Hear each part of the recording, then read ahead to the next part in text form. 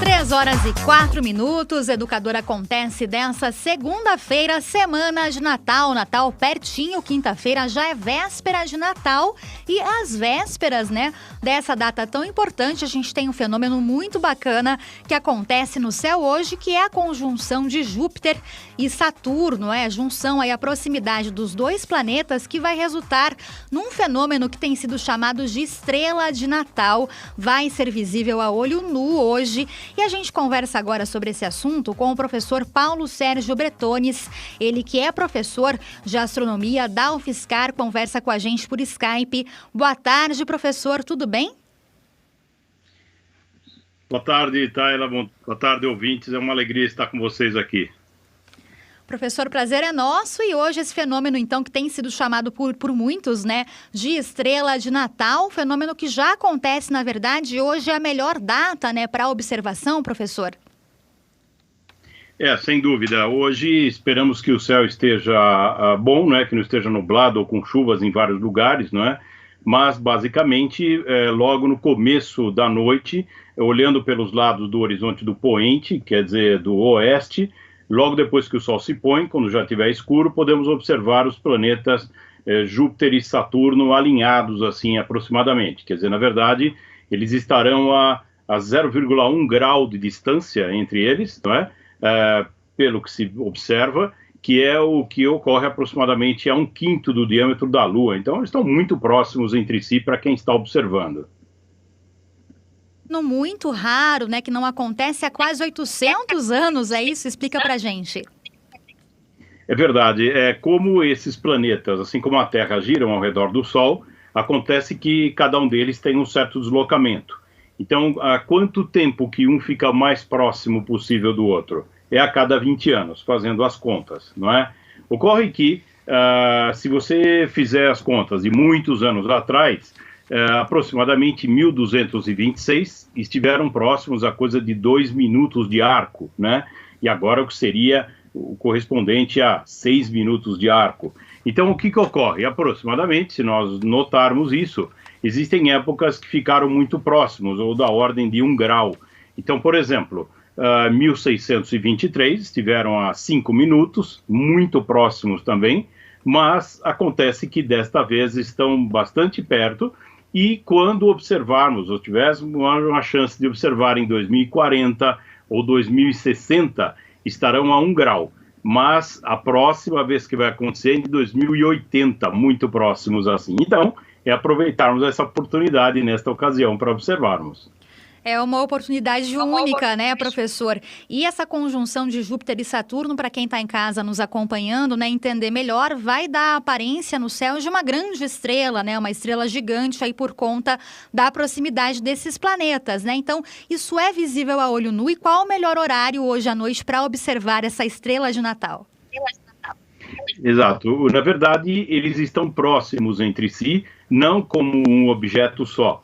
Na verdade, a vista humana consegue separar, a distância angular que nós poderemos observar, mas eles estarão visíveis, essa é a nossa sugestão, a partir das 7h30 da noite. Imagine, então, o Sol deve se pôr às 18h, imagine no horário de São Paulo, 18h53, o Sol se põe, aí teremos que aguardar mais aproximadamente uma meia hora, que seja, para que o céu esteja escuro e daí possamos observar os dois ali no começo da noite. Acontece também que precisamos aproveitar porque às 8h50 ambos vão se pôr, Estão muito próximos entre si, vão estar se pondo no horizonte do poente, então é importante observarmos num lugar mais alto, sem poluição luminosa, esperamos que não chova, que o tempo não esteja nublado, e também, se não der certo exatamente hoje, as próximas noites também estarão relativamente próximos, um do outro estarão próximos, Estamos conversando com o professor Paulo Sérgio Bretones, professor de astronomia da UFSCar, sobre essa grande conjunção, então, de Júpiter e Saturno, que acontece hoje à noite, tem sido chamada aí por muitos de estrela de Natal, mas, professor, essa não é a única novidade que acontece no céu hoje, Conta pra gente. É verdade, boa pergunta. Por incrível que pareça, exatamente nesta data nós temos a Lua quarto crescente, que é possível observar logo que o Sol se põe, nós observamos metade da Lua iluminada, Além disso, nós temos nesta mesma data o início do verão aqui no hemisfério sul. Então, pode-se notar que é o dia mais longo do ano e a noite mais curta do ano. Para o nosso horário, é às 7h02, que é o início do nosso verão, a data do nosso solstício. Mas, por incrível que pareça, note que também nesta data nós temos no hemisfério norte, exatamente na mesma ocasião, nós temos que lá começa o inverno. Então, para eles, lá é a noite mais longa do ano e o dia mais curto. Em especial, uma coisa cultural que vale a pena comentarmos, não é? É a chamada Noite de Yalda, que para o Irã é uma das celebrações mais importantes da sua história e na cultura persa. Então, levando a uma questão da cultura, levando a uma reflexão na arte, na literatura, enfim, é o que eles atribuem do vencimento da luz sobre as trevas. E por quê? Porque para eles, como é a noite mais longa, e a partir de então, não é, o dia vai se tornando cada vez maior, não é? O tempo do sol iluminando cada vez maior a partir de então, utilizam essa noite para comemorar então o vencimento da luz sobre as trevas. Então, qual é a analogia que podemos ter, né? Que como a ciência nos permite explicar os fenômenos astronômicos, permite entender a biologia, a superar doenças, pensando nessa forma, é uma maneira de nos dar um alento, observando o céu, observando a natureza, para superarmos essa época da pandemia e pensarmos num futuro melhor. É basicamente assim que eu costumo falar, não é?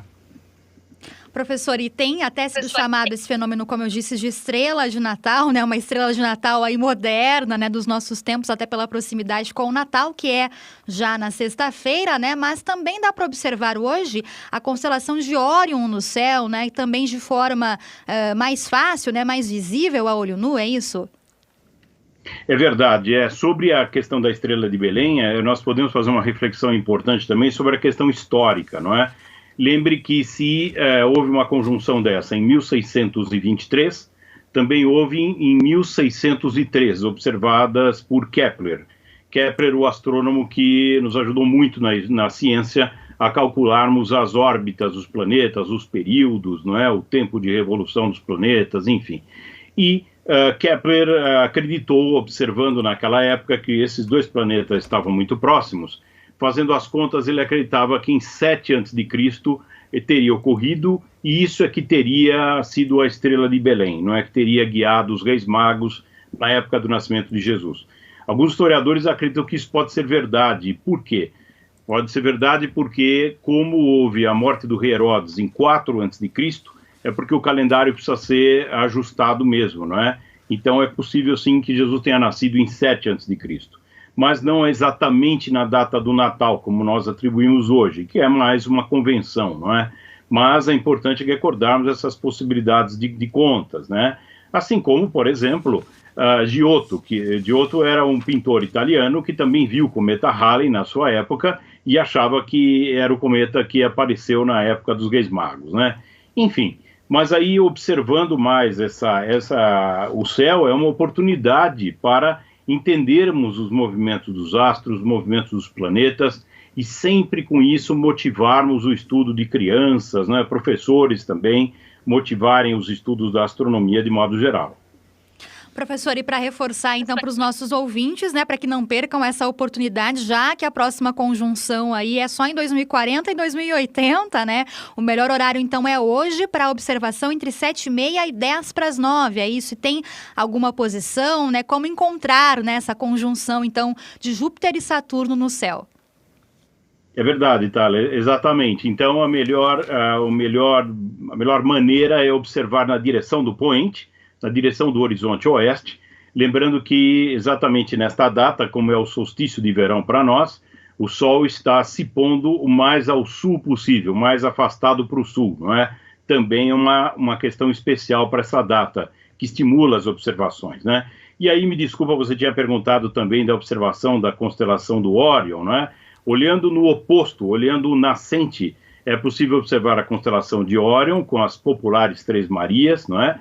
E nas proximidades a estrela Sírius, que é a mais brilhante do céu, e também o aglomerado aberto das Pleiades. Então vale a pena, de alguma maneira, se tivermos janelas de observação, nesses horários ou nas próximas noites, de aproveitarmos e contemplarmos o céu da natureza. Não nos preocupamos tanto nessa época que tem sido difícil para todos, não é? Para tentarmos superar e uma reflexão possível observando o céu de alguma maneira.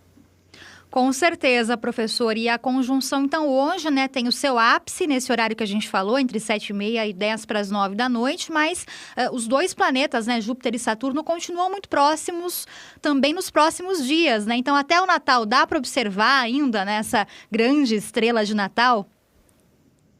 Sem dúvida, exatamente. É boa ideia isso, né? Dizer que se o céu estiver nublado hoje, que aproveitem as próximas noites, para notar que os planetas ainda estão relativamente próximos e para notar também que vão se tornando cada vez mais distantes entre si. E também lembrando que nas próximas noites estarão se pondo cada vez mais próximos ao pôr do sol e aí até uma determinada data não serão mais visíveis nessa época, não é? Mas isso realmente incentiva essas observações e é uma forma de promovermos o entendimento do universo e o entendimento do céu para as crianças, professores, interessados de modo geral.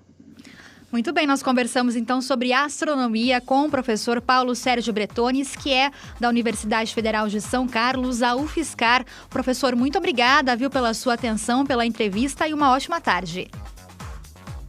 Tayla, eu que agradeço a oportunidade, muito obrigado por estarmos conversando aí, eu que sempre tive Limeira no meu coração por conta do projeto, não é, o Observatório do Morro Azul que ocorreu entre 99, digamos assim, foi inaugurado no ano 2000, até o ano 2007. Esperamos um dia que esse projeto possa ser retomado e que Limeira possa ter um observatório para atendimento ao público. É o nosso sonho. Muito obrigado, um abraço para vocês todos. Com certeza. Um abraço, professor. Agora, 3h16. Educador Acontece de hoje ainda tem muita informação para você. Daqui a pouquinho, o nosso momento do Café Aqui, o melhor café do Brasil. Vocês acompanharam aí o professor Paulo Sérgio, né, contando na entrevista que hoje é o dia mais longo do ano, né? Então, precisa de um cafezinho aí, né, gente, para dar aquele gás, aquela energia. Daqui a pouco, nosso momento do Café Aqui. E você que participa, deixa o seu comentário, é convidado ou convidada já para tomar um café aqui com a gente, tá bom? Então não sai daí. Gostei. O Educador Acontece volta já.